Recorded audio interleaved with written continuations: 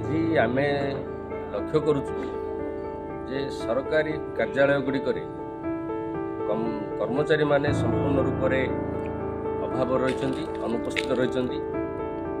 80% କର୍ମଚାରୀ ଯେହେତୁ ଆଉଟସୋର୍ସିଂରେ କାମ କରନ୍ତି, ସେମାନେ ସମସ୍ତେ ଭୁବନେଶ୍ୱରରେ ଧାରଣାରେ ବସିଛନ୍ତି। ସେମାନେ ଷ୍ଟ୍ରାଇକ୍ରେ ଯାଇଥିବା ଯୋଗୁଁ ସରକାରୀ କାମ ଅଚଳ ହୋଇପଡ଼ିଛି। ଆସିକାରେ ଏପରିକି ସାରା ଓଡ଼ିଶାରେ ଆମେ ଏହି ଅବସ୍ଥା ଲକ୍ଷ୍ୟ କରୁଛୁ।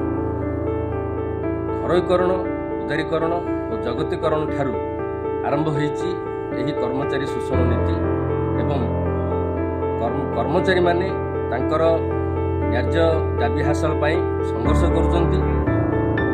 ସେତିକି ବେଳେ ଜନସାଧାରଣ ତାଙ୍କର ସରକାରୀ କାର୍ଯ୍ୟାଳୟରେ କାମ ନେବା ଯୋଗୁଁ ପ୍ରଦର୍ଶନ କରୁଛନ୍ତି।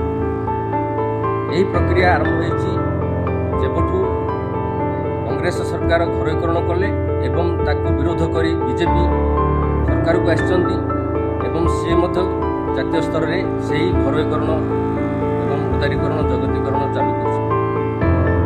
ଆଜି ଓଡ଼ିଶାରେ ନବୀନ ସରକାର ଯେତେ ସବୁ ଘରୋଇକରଣ କରିଥିଲେ ଏବଂ ଆଉଟସୋର୍ସିଂ କର୍ମଚାରୀ ନିଯୁକ୍ତି କରିଥିଲେ, ତାକୁ ବିରୋଧ କରୁଥିବା ବିଜେପି ଆଜି ତାଙ୍କର ବାନ୍ତି କାଟୁଛନ୍ତି ଏବଂ ଠିକ୍ ସମୟରେ ଯେଉଁ କାମ ସେମାନେ କରିବା କଥା, ରେଗୁଲାର କରିବା କଥା, ଆଉଟସୋର୍ସିଂ କର୍ମଚାରୀମାନେ ରେଗୁଲାର କରିପାରୁନାହାନ୍ତି ଏବଂ ତାଙ୍କରି ବିଫଳତା, ଏହି ସରକାରୀ ବିଫଳତା ଆଜି ଜନସାଧାରଣଙ୍କର ହଇରାଣ ହନ୍ତସନ୍ତ ହୋଇଛି।